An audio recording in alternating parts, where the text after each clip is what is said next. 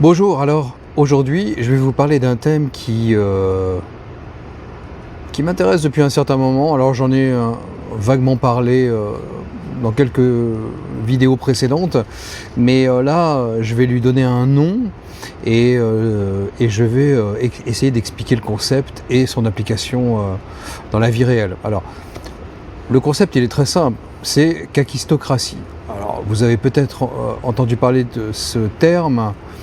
En fait, c'est un système de gouvernement dans lequel les postes de pouvoir sont occupés par des individus qui sont considérés comme les moins qualifiés ou comme les plus incompétents.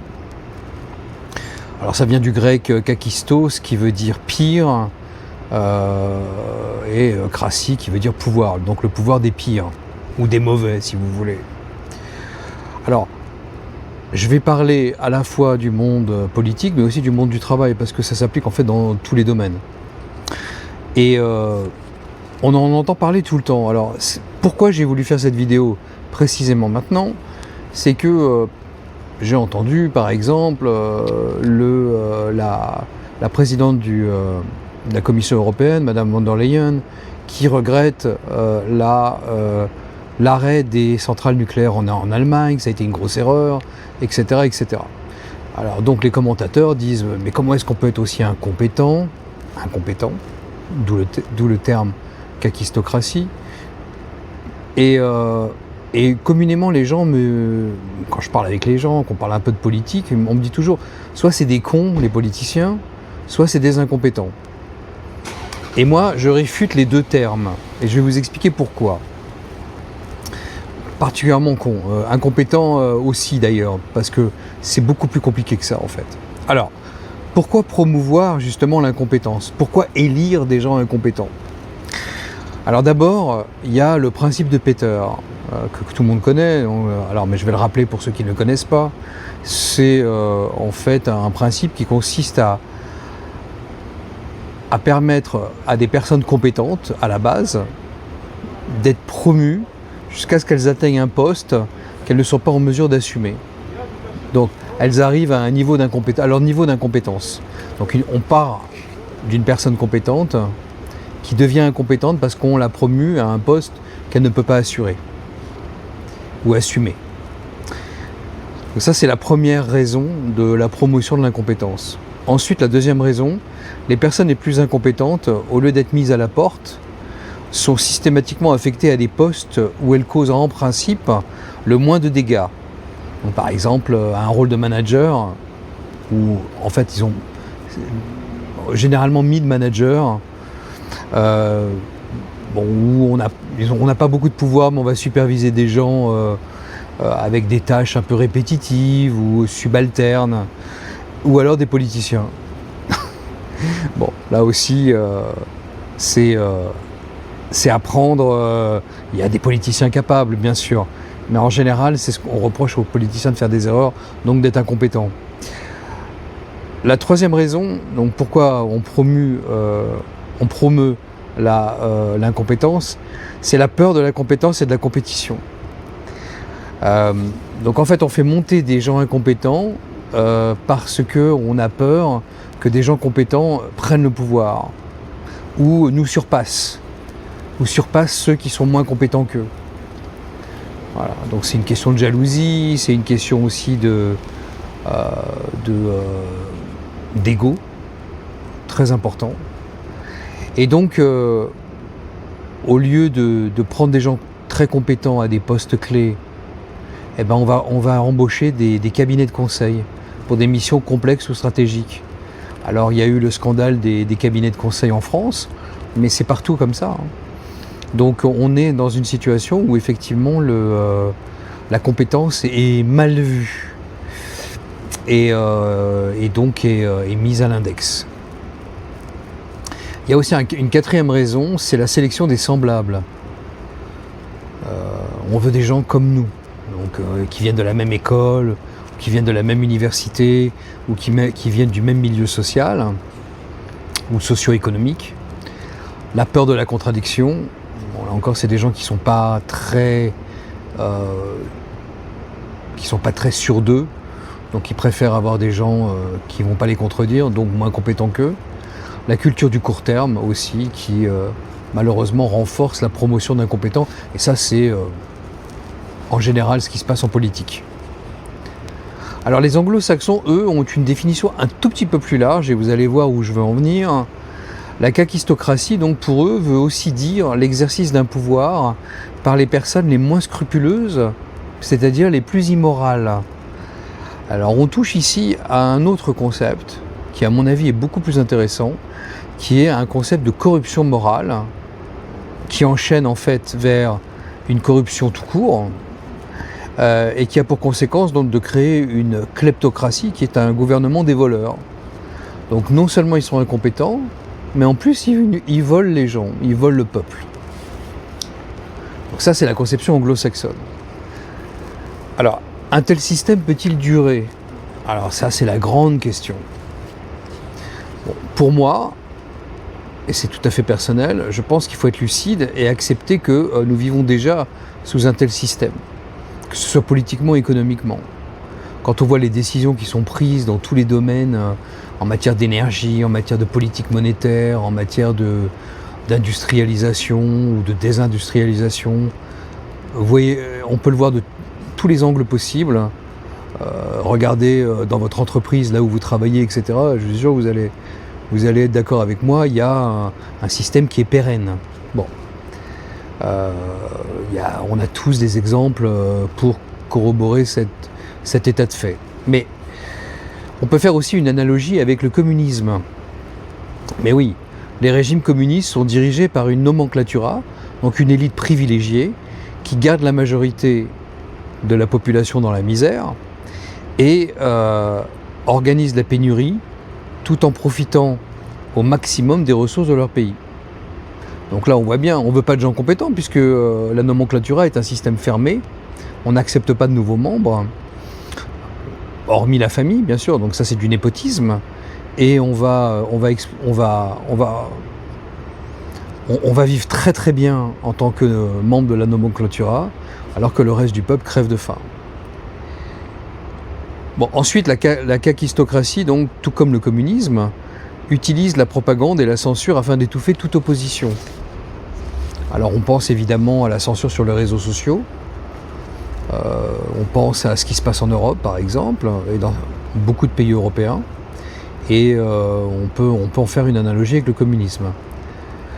Bon, mais un tel système évidemment ne peut pas durer, on a vu ça avec la chute du communisme en 89. Pourquoi? Parce que le système n'alloue pas les ressources de façon efficiente.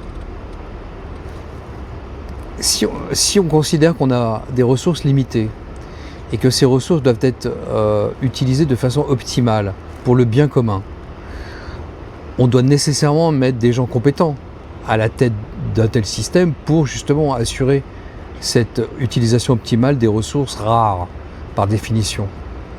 Or, si ce n'est pas le cas, le système s'effondre ou va s'effondrer.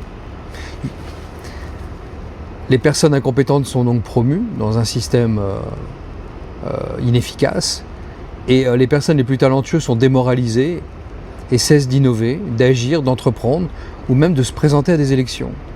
On a tout à perdre dans une élection quand on est compétent parce qu'on va être confronté à des gens sans scrupules, encore une fois, immoraux, version anglo-saxonne de la kakistocratie. Et on va avoir un phénomène de dégoût de la politique et en plus d'impuissance parce que même si vous gagnez les élections, qu'est-ce que vous pouvez faire? Si le système kakistocratique est beaucoup plus évolué que le schéma que je donne là maintenant et qui en fait permet donc à des médiocres, à des mauvais, à des immoraux de dicter la politique économique, sociale, etc., etc. Donc, le type compétent qui va être élu va être éliminé. On pense, là pour l'instant, j'ai en tête François Fillon, qui disait, quand il était Premier ministre, qu'il est à la tête d'un État en faillite. On vient d'apprendre que la France n'a plus d'argent dans les caisses. C'est le gouverneur de la Banque de France qui vient de le dire. Et Fillon, on l'a attrapé pour des histoires de costards.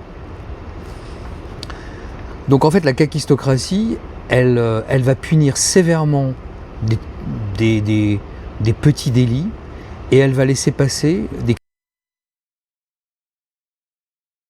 donner une tape sur la main ou alors une peine extrêmement légère. Donc la kakistocratie ne peut perdurer, même si je dis que en principe un tel système ne peut pas durer, mais elle peut perdurer pendant un certain temps si les médias, la justice, les intellectuels, les universités se groupent pour permettre à ce système de perdurer. Et donc à punir systématiquement ceux qui sont intelligents. Le système éducatif, est-ce qu'on aime une tête qui dépasse dans le système éducatif actuel? Non. Non, non, on veut tout le monde au même niveau, voire à un niveau le plus bas possible. Bon. Et donc en fait, ça tient du déclassement généralisé. La kakistocratie se nourrit d'un déclassement généralisé de toutes les professions dites intermédiaires, ou des professions libérales, des professions dites intellectuelles, etc. Journalistes, avocats, médecins, je ne peux pas vous faire toute la liste, mais vous voyez un petit peu où je veux en venir. Le problème avec ce système, même s'il perdure quelque temps, c'est que la population va devenir cynique. Ouais, c'est des imbéciles, c'est des incompétents. Mais d'un autre côté, bon, on doit bien travailler, on doit bien continuer de se nourrir. Alors, je vais citer quelque chose que les soviétiques disaient à l'époque, on fait semblant de travailler car ils font semblant de nous payer. Donc en fait, on vit dans un monde qui n'a plus d'ancrage avec le réel. Et donc le système devient inefficace et ingérable, puisque on n'avance plus, on ne peut plus rien faire, on ne peut plus rien réaliser. Donc ça entraîne une dégradation sociale et économique qui force les dirigeants les moins incompétents à entamer un changement graduel sous peine de finir au bout d'une corde. Alors, je dirais en conclusion que bon, tout cela, c'est comme dans les films, tout fait similaire et fortuit et pure coïncidence. Si vous y voyez une allusion à quoi que ce soit, bon, je suis sûr que vous pourrez, et ce sera tout à fait légitime, mais on peut imaginer effectivement un exemple encore plus récent, c'est l'augmentation de l'essence à la pompe, les mesures que les dirigeants essayent de prendre pour essayer d'atténuer cette augmentation du prix de l'essence. Bon, le manque de réalisme de ces réformes ou de ces tentatives de réforme, parce que c'est un sparadrap sur une jambe de bois. Voilà, un exemple très simple. On ne peut pas limiter le prix de l'essence, donc on va mettre plus d'essence sur le marché pour éviter une pénurie. Mais les gens sont paniqués, donc ils vont essayer d'emmagasiner de l'essence dans des jerrycans, et ça va augmenter la consommation d'essence artificiellement, donc drainer les réserves. Et après, qu'est-ce qu'on va en faire? Si par exemple, il n'y a plus de pétrole. Bon, c'est pas le cas parce que de toute façon, le pétrole iranien ou le pétrole qui provient de cette région du monde ne concerne pas véritablement les Européens.